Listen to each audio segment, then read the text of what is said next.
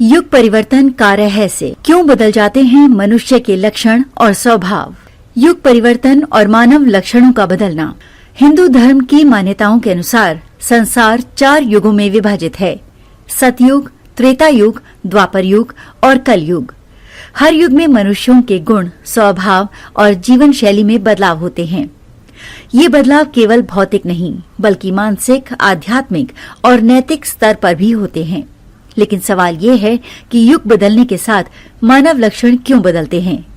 आइए इस रहस्य को समझते हैं। 4 युगों की विशेषताएं।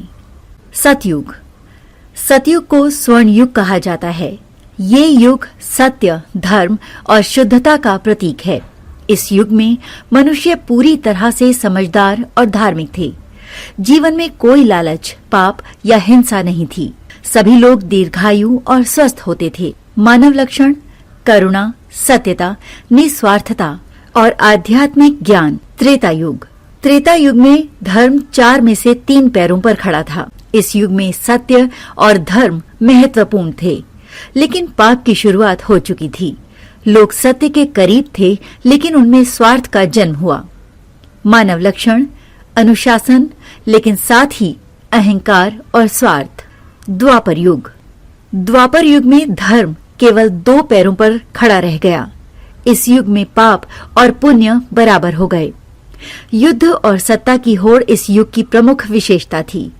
मानव लक्षण: लोभ, ईर्ष्या और सहनशीलता का आंशिक लोप।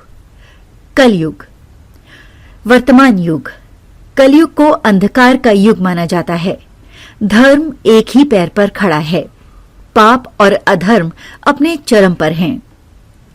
मानव लक्षण: स्वार्थ, क्रोध, लोभ और भौतिक सुखों की लालसा। युगों के बदलाव का कारण। प्राकृतिक चक्र। 4 युग ब्रह्मांडीय ऊर्जा और समय के चक्र के अनुसार चलते हैं।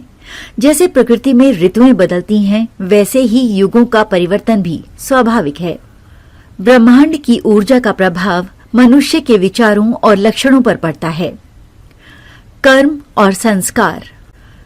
हर युग में मानव कर्म और संस्कार बदलते हैं। सतयुग में शुद्ध कर्म और उच्च संस्कार थे, जबकि कलयुग में लोभ और मोह ने इन्हें बदल दिया। आध्यात्मिक पतन। युग परिवर्तन के साथ आध्यात्मिकता का पतन होता है। मनुष्य धीरे धीरे धर्म, सत्य और नैतिकता से दूर हो जाता है। मानव लक्षणों में बदलाव कैसे होते हैं। मानसिकता का परिवर्तन। हर युग में लोगों की मानसिकता अलग होती है। सतयुग में मानसिकता शुद्ध और आध्यात्मिक थी।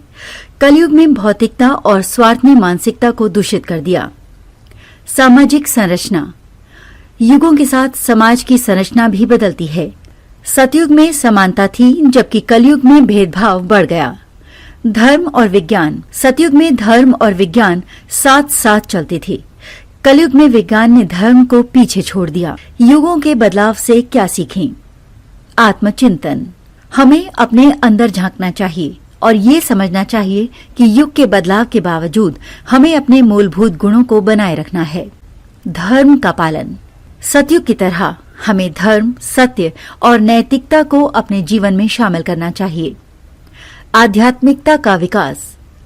भले ही कलयुग में पाप और अधर्म बढ़ रहे हैं, लेकिन ध्यान और योग के माध्यम से हम अपनी आध्यात्मिकता को विकसित कर सकते हैं। कलयुग के अंत और अगले युग का आरंभ। कलयुग का अंत।